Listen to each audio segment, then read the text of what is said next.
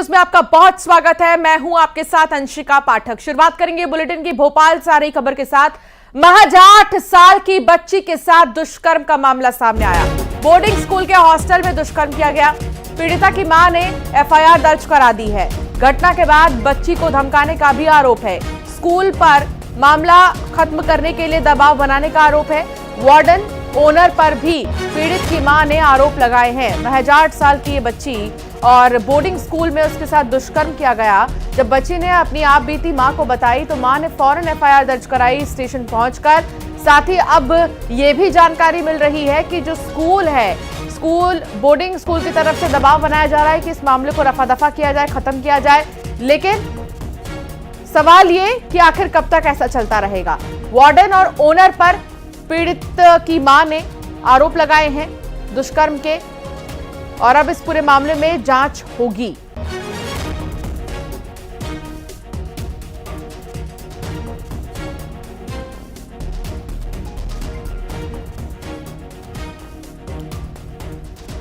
तो निजी स्कूल के हॉस्टल में बच्ची से रेप का यह मामला है और लगातार दबाव बनाया जा रहा है पीड़ित परिवार पर कि इस मामले को रफा दफा किया जाए। शैलेंद्र हमारे संवाददाता साथ जुड़ गए हैं।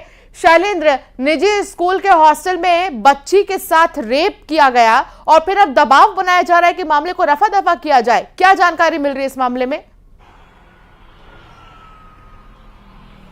देखिए, बिल्कुल भोपाल का जो होशंगाबाद रोड पर एक निजी स्कूल है, उसके हॉस्टल में ये घटना सामने आई है और बच्ची को करीब 15 दिन पहले उसके माता पिता ने हॉस्टल में यहाँ पर स्कूल में एडमिशन के बाद हॉस्टल में दाखिल कराया था। आज कल ये कुछ दिनों पुरानी घटना, 4-5 दिन, लेकिन जब बच्ची की मां ने वीडियो कॉल पर बात की और जब समझा तो बच्ची ने बताया कि उसे कुछ दर्द हो रहा है और उसके बाद उसकी मां ने यहाँ आकर, भोपाल आकर बच्ची को जब मिलने के बाद समझा कि क्या घटना है, तो फिर बच्ची ने पूरा वाकया सुनाया कि उसके साथ किस तरह की हिरासत हुई है और किस तरह कुछ लोग उसमें इस पे कोई नाम भी आया। तो उसके बाद पुलिस कल इस मामले में टाल मटोल करती रही, लेकिन दिन भर के बाद पीड़ित मां ने जब उसकी जाकर डॉक्टर्स को दिखाया, बच्ची को चेकअप कराया, मेडिकल चेकअप के बाद पता चला है कि ये पुष्टि हुई है कि बच्ची के साथ कुछ गलत हुआ है। तो बड़ी दुखद घटना है और उसके बाद सारी चीजें सामने आने के बाद पुलिस ने देर रात एफआईआर किए। इसमें जो नाम आ रहा है निजी स्कूल का और जो डायरेक्टर है, अभी उनकी सबकी जांच की जा रही है। अभी 3 लोगों को एफआईआर हुई है। निजी स्कूल के जो डायरेक्टर है, ऑनर है, उन पर एफआईआर हुई है। शैलेंद्र, ये बच्ची बोर्डिंग स्कूल में कब से रह रही थी और कब इसका एडमिशन यहाँ पर कराया गया था? इससे पहले क्या उसने कोई ऐसी बात शेयर की थी पेरेंट्स से? देखिए, बिल्कुल 15 दिन पहले ही वो बच्ची यहाँ पर आई है, तो अभी तक इस तरह की उसने कोई शिकायत नहीं की थी। पर 2 खुलासे उसकी मां ने जो बयान दिए उसमें आया है कि सारी बच्चियों को छुट्टियां लगने के कारण घर भेज दिया गया था, लेकिन ये बच्ची पिछले 3-4 दिन से उस हॉस्टल में अकेली रह रही थी। तो कहीं ना कहीं बच्ची अकेली थी और इस बीच उसको दाल चावल खिलाकर कुछ नशीला या जहरीला नशीला कुछ जो भी पदार्थ होता है वो दाल चावल में दिया गया, ऐसा मां का आरोप है। और उसके बाद ये घटना हुई है, वो बच्ची को होश आ गया तो उसने जो नाम सुना और जो भी घटना सुनी, तत्काल उसके बारे में वो उस समय बेहोश हो गई। लेकिन जब उसकी मां ने बात की तो अब उसने बताया कि मुझे कुछ दर्द हो रहा है और वो उसके बाद मां आई तत्काल वहां पर हॉस्टल, तो बच्ची को लेकर गई। स्कूल प्रबंधन का, हॉस्टल प्रबंधन का दबाव भी बनाया गया कि आप इस मामले को रफा दफा कर दो, ऐसा उसकी मां ने अपने बयान में कहा है। लेकिन अभी सारी बातें सामने आना बाकी है कि पूरी घटना क्या थी। कि अभी 3 लोगों में एफआईआर हुई है, पुलिस इन्वेस्टिगेशन कर रही है, हॉस्टल में भी साक्ष्य जुटाए जा रहे हैं कि किस तरीके से क्या हुआ है, वहां पर कितने बच्चे थे, उसकी परमिशन क्या। तो अभी सब ये जांच का विषय है। लेकिन 3 लोगों पर एफआईआर हुई, जिसमें ऑनर है, जिसमें वहां की वार्डन है और वहां जो एक सहयोगी है, जो अटेंडर या जो भी रहता था वहां पर हॉस्टल की सुरक्षा के लिए, वो 3 नाम आए हैं। तो इन सबसे अभी पूछताछ की जाना है। हालांकि अभी कोई गिरफ्तारी नहीं हुई है, पुलिस इस पूरे मामले में बच रही है क्योंकि घटना काफी बड़ी है। भोपाल जैसी राजधानी में अगर इतनी बड़ी घटना है और उसके बाद ठीक है शैलेंद्र, बहुत शुक्रिया। नजर बनाए रखिएगा, कोई भी अपडेट होगा हम फौरन आपसे लेंगे। बहुत शुक्रिया जानकारी साझा करने के लिए। दिल्ली से इस वक्त की बड़ी खबर आ रही है, सबसे बड़ी खबर। डीपीएस द्वारका समेत 3 स्कूलों में बम की सूचना मिली है। ईमेल के जरिए बम की धमकी दी गई है। मौके पर बम निरोधक दस्ता पहुंच चुका है। संस्कृति स्कूल, मदर मैरी स्कूल में बम की धमकी मिली है। डीपीएस समेत 3 स्कूल बताए जा रहे हैं। एक तो डीपीएस, दूसरा संस्कृति स्कूल, तीसरा मदर मैरी स्कूल में बम की धमकी मिली है और मौके पर बम निरोधक दस्ता मौजूद है जो कि जांच कर रहा है। ईमेल के जरिए बम की धमकी मिली कि स्कूल को बम से उड़ा दिया जाएगा। दिल्ली की खबर आपको बता रहे हैं, बड़ी खबर बता रहे हैं, लेकिन घबराने की जरूरत नहीं है। अगर आपका भी बच्चा इस स्कूल में पढ़ता है तो वो सुरक्षित है, क्योंकि मौके पर बम निरोधक दस्ता पहुंच चुका है। जांच की जा रही है क्या वाकई में ऐसा कुछ है। सुरक्षा के लिहाज से तमाम इंतजाम कर दिए गए हैं, तो घबराने की जरूरत नहीं है। लेकिन जानकारी दी जा रही है कि ईमेल के जरिए बम की धमकी मिली। अब ये जानने की कोशिश होगी कि ये लोग कौन हैं जिन्होंने ईमेल भेजा, इनकी मंशा क्या है। क्या महज एक धमकी ही है? इस धमकी भरे ईमेल के पीछे की मंशा, तमाम ऐसी चीजें, कौन है ये लोग जो इस तरीके से ईमेल कर रही हैं, तमाम ऐसे सवालों के जवाब खंगालने में पुलिस जुटी हुई है।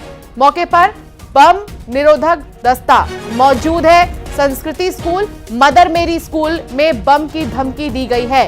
डीपीएस की भी बात की जा रही है, डीपीएस द्वारका, जहां पर बम से उड़ाने की धमकी दी गई है स्कूल को ईमेल के जरिए, और मौके पर पुलिस मौजूद है। बच्चों को बाहर निकाल दिया गया है स्कूल के, और साथ ही जो टीचर्स हैं उनको भी बाहर निकाल दिया गया है। सुरक्षा के लिहाज से फौरन जानकारी दी गई है और बम निरोधक दस्ता को भी बुला दिया गया है। आप देख सकते हैं अभिभावक और जो बच्चे हैं स्कूल के, वो अब यहां से जाते हुए नजर आ रही हैं। सुरक्षा के लिहाज से अभी स्कूल को खाली किया गया है। संस्कृति स्कूल के साथ साथ मदर मैरी स्कूल में भी बम से उड़ाने की धमकी जो दी गई है, इसीलिए की वजह से स्कूल छुट्टी है। तो वी वर नॉट अवेयर कि व्हाट इज द सिचुएशन, कि लेटर ऑन हमें पता चला कि there is a bomb threat in the school. तो अब कहीं ना कहीं डर का माहौल है, क्योंकि आज सुबह से हम लोग देख रहे हैं कि कई स्कूल्स में जो है इस तरह की कॉल आ चुकी है। नहीं, पहले भी स्कूल्स में बहुत सारे, मतलब लास्ट मंथ भी, फरवरी में भी डीपीएस मथुरा रोड में भी ऐसे एक बॉम्ब थ्रेट का मेल मिला था, but it turn out to be a hoax. तो शायद वैसे हो सकता है, but to know the situation I came down to school. तो आप सुन रहे थे, इस तरह के थ्रेट और ईमेल पहले भी आ चुके हैं कई स्कूलों को, लेकिन फिर भी सुरक्षा के मद्देनजर स्कूल को खाली करना बहुत ज्यादा जरूरी था और बम निरोधक दस्ता मौके पर मौजूद है जो कि जांच पड़ताल में जुट गया है। किसी भी ईमेल को नजरअंदाज नहीं किया जा सकता। ईमेल जो मिला है इस स्कूल को सुरक्षा के लिहाज से खाली कराना पड़ा है और छात्रों को उनके घर भेज दिया गया है। जो अभिभावक हैं वो यहाँ पर पहुंच गए, वो अपने बच्चों को लेकर यहाँ से जा रहे हैं, क्योंकि सुरक्षा के लिहाज से जांच करना बहुत जरूरी है। भले ही ऐसे थ्रेट ईमेल्स आते हैं, लेकिन स्कूल की जिम्मेदारी बन जाती है कि चाहे कैसा भी ईमेल हो, इस पर संज्ञान ले, और इसीलिए स्कूल की जांच की जा रही है। बम निरोधक दस्ता भी मौके पर मौजूद है।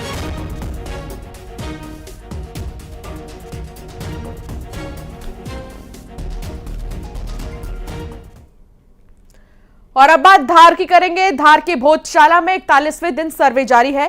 गर्भगृह दक्षिण दिशा से हटाया गया है मिट्टी। गर्भगृह के दक्षिण पश्चिम कोने में मिट्टी हटाने का काम चल रहा है और अगले हफ्ते आ सकती है जीपीआर मशीन। कड़ी सुरक्षा के बीच सर्वे का काम चल रहा है, क्योंकि एएसआई की टीम ने समय मांगा था कोर्ट से कि और भी समय दिया जाए, तो 8 सप्ताह और बढ़ा दिया गया है, जिसके बाद आज 41वां दिन है और 41वें दिन भी सर्वे जारी है। कुछ ही समय बाद जो है जीपीआर मशीन भी यहां पर पहुंच जाएगी, जिससे कि जांच करने में और भी ज्यादा आसानी होगी, समय ज्यादा नहीं लगेगा। कड़ी सुरक्षा के बीच सर्वे का काम चल रहा है।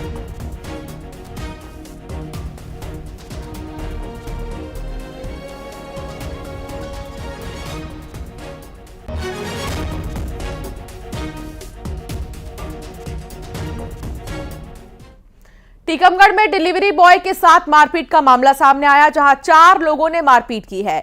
मारपीट का वीडियो वायरल हो रहा है। पुलिस ने मामला दर्ज कर लिया। शिवनगर कॉलोनी की यह घटना बताई जा रही है। 4 लोगों ने मारपीट की है, डिलीवरी बॉय से मारपीट की है, लेकिन किस बात को लेकर यह बहसबाजी मारपीट में तब्दील हुई, ये अब तक नहीं पता चल पाया, लेकिन जांच अभी चल रही है। मामला दर्ज कर लिया गया है।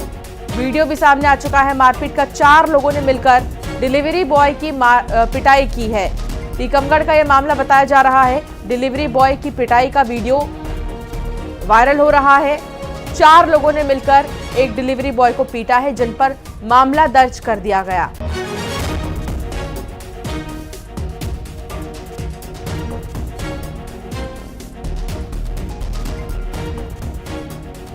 तो 4 लोगों ने मिलकर पीटा है डिलीवरी बॉय को, लेकिन क्यों पीटा ये अब तक नहीं पता चल पाया है। मामला अभी भी अज्ञात है कि आखिर हुआ क्या था जो डिलीवरी बॉय की पिटाई कर दी गई। ये 4 लोग कौन हैं ये भी अब तक नहीं पता चल सका है कि ये 4 लोग हैं कौन जिन्होंने डिलीवरी बॉय की पिटाई की है। किस बात को लेकर बहसबाजी शुरू हुई ये जांच का विषय है। फिलहाल पुलिस ने लेकिन जिन लोगों ने पीटा डिलीवरी बॉय को उन पर मामला दर्ज कर दिया है।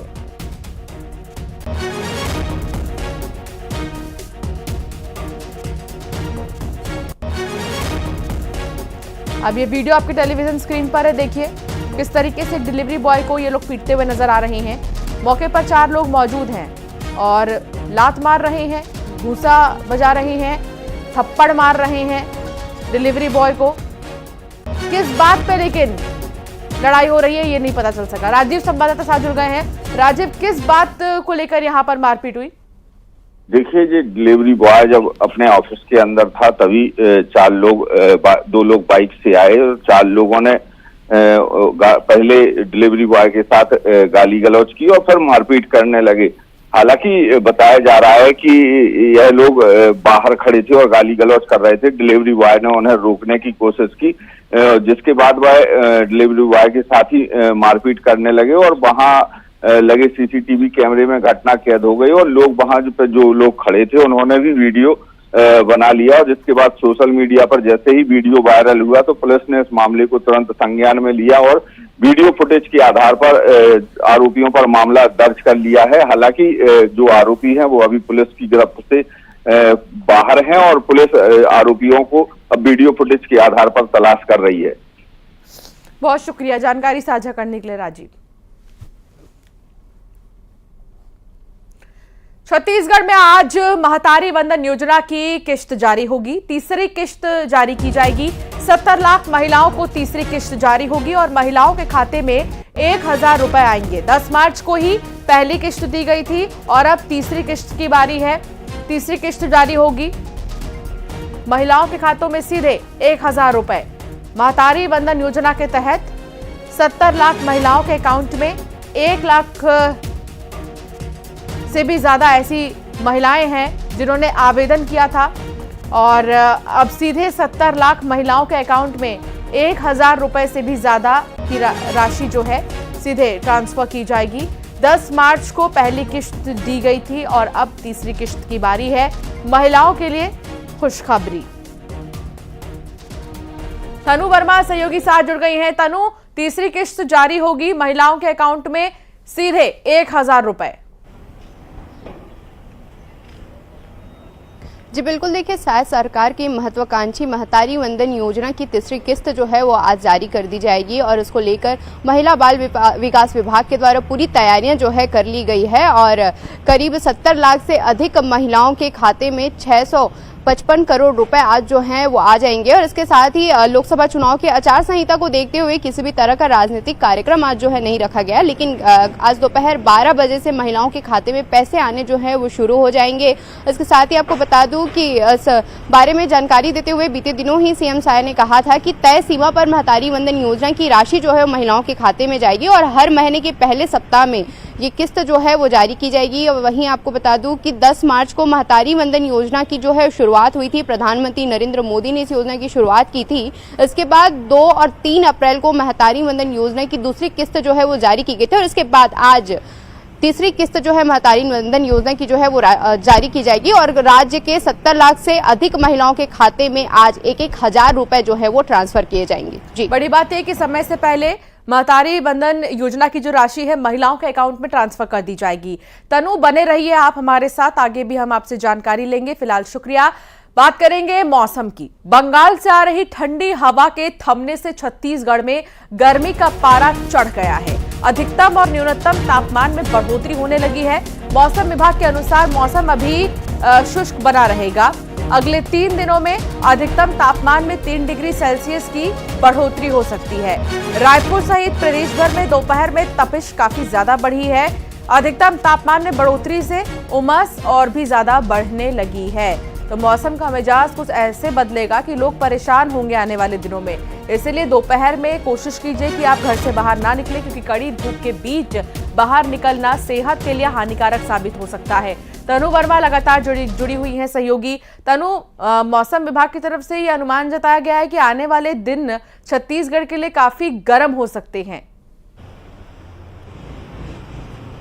जी बिल्कुल, देखिए राजधानी रायपुर में सुबह से ही लोगों को चिलचिलाती धूप का सामना करना पड़ता है और अप्रैल में ही मई जैसी गर्मी जो है इस बार पड़ रही है। इसके साथ ही मौसम विभाग का कहना है कि अप्रैल की तुलना में मई में और ज्यादा भीषण गर्मी जो है पड़ेगी, क्योंकि छत्तीसगढ़ में बंगाल की खाड़ी से नमी युक्त हवाएं जो है नहीं आ रही है, जिसके चलते लगातार मैक्सिमम टेम्परेचर में जो है बढ़ोतरी देखी जा रही है। और अभी की राजधानी रायपुर की हम बात करें तो बीते दिनों राजधानी रायपुर में 42 डिग्री सेल्सियस तापमान जो है वो दर्ज किया गया है। इसके बाद मौसम विभाग की माने तो आज राजधानी रायपुर में ज्यादा गर्मी जो है वो पड़ेगी और आज टेम्परेचर 43 तक पहुंचने की संभावना मौसम विभाग के द्वारा जताई गई है। उसके बाद मई के महीने में टेम्परेचर में मैक्सिमम टेम्परेचर में 2 से 3 डिग्री की बढ़ोतरी जो है वो देखी जाएगी। और ऐसे में फिलहाल राजधानी वासियों और छत्तीसगढ़ वासियों को गर्मी से राहत मिल पाना बेहद ही मुश्किल है, क्योंकि राजधानी रायपुर समेत आसपास के भी इलाकों में हम देख रहे हैं कि टेम्परेचर जो है वो 40 के पार पहुंच गया है और 3 से 4 दिनों तक मौसम जो है यूं ही बना रहेगा। लगातार गर्मी में बढ़ोतरी देखी जाएगी और फिलहाल बारिश की छत्तीसगढ़ में कोई संभावना जो है वो नहीं है। जी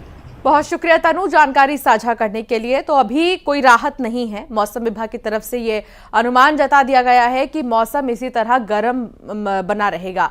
आगे बढ़ेंगे। प्रेमी प्रेमिका की लव स्टोरी में ना तो लड़के के घर वाले विलन बने और ना ही लड़की के घर वाले खलनायक। शादी के लिए रजामंदी थी, लेकिन इसी बीच प्रेमिका का मर्डर हो गया। कंडे के बीच मिली प्रेमिका की लाश, आखिर कातिल कौन? खुलासा होश उड़ा देगा।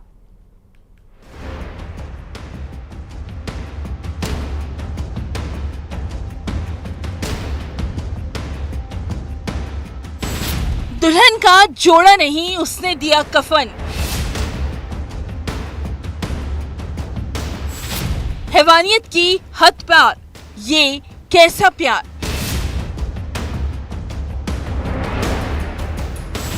कंडे के बीच प्रेमिका की लाश, मोहब्बत की कब्र, एक लवर जो बना किलर। यह मकान कंडों का ढेर और इन्हीं कंडे में एक लड़की की लाश इस खंडहर नुमा मकान में छुपाई गई। मोहब्बत की कब्र तैयार की सन की आशिक रिंकू ने। प्रेमिका को मिलने बुलाया, लेकिन इस जगह से प्रेमी निकला, प्रेमिका नहीं। रिंकू ने प्रेमिका का कत्ल किया था। कत्ल से पहले हैवानियत। गुना से करीब 30 किलोमीटर दूर ये दिल दहलाने वाली वारदात हुई। प्यार का खौफनाक अंत। 24 तारीख को गुमशुदगी के बाद उसकी जो शिकायत करता था उनको संदेही का नाम भी बताया गया था, जो उनको संदेह है कि इसके द्वारा ये घटना कारित की गई है। उसके ऊपर से पुलिस ने जांच की और सही पाया कि वो रिंकू जो लड़का है तो उसी ने घटना कारित की 24 तारीख को। दरअसल 19 साल की लड़की की गुमशुदगी की रिपोर्ट इसके घर वालों ने दर्ज कराई। 22 अप्रैल को लड़की लापता हुई थी। लड़की के घर वालों का शक प्रेमी रिंकू पर था। शक सही निकला। प्रेमिका के कत्ल के बाद प्रेमी रिंकू आराम से गांव में घूमता रहा। पुलिस की सख्ती से उसने प्रेमिका के कत्ल का राज खोल दिया। 376 आईपीसी की धारा उसमें बढ़ाई गई है, बल्कि जो अपराध कायम किया गया 376 और 302, 201 आईपीसी के तहत कायम किया गया। आखिर कत्ल क्यों हुआ? प्रेमिका का गुनाह सुनेंगे, किस कसूर की उसे सजा मिली? दरअसल प्रेमी रिंकू ने प्रेमिका का मोबाइल चेक किया। आरोपी ने पूछताछ में बताया कि उसे किसी दूसरे लड़के से प्रेमिका का बात करना नागवार गुजरता था। इसी बात पर वो आग बबूला हुआ। अब ये हमारे विवेचना में देखते आते क्या क्या बातें आती हैं। अभी तक का जो है वो कि एक दूसरे को जानते थे वो, और ये उसी लड़के के द्वारा ही घटना कारित की। रिंकू और लड़की की शादी की बात चल रही थी। लड़की के परिवार वाले भी शादी के लिए राजी थे, लेकिन प्रेमी के दिमाग में शक ने मोहब्बत का गला ही घोट दिया। शिवपुरी में अशोक अग्रवाल के साथ bureau report, news 18 Madhya Pradesh Chhattisgarh.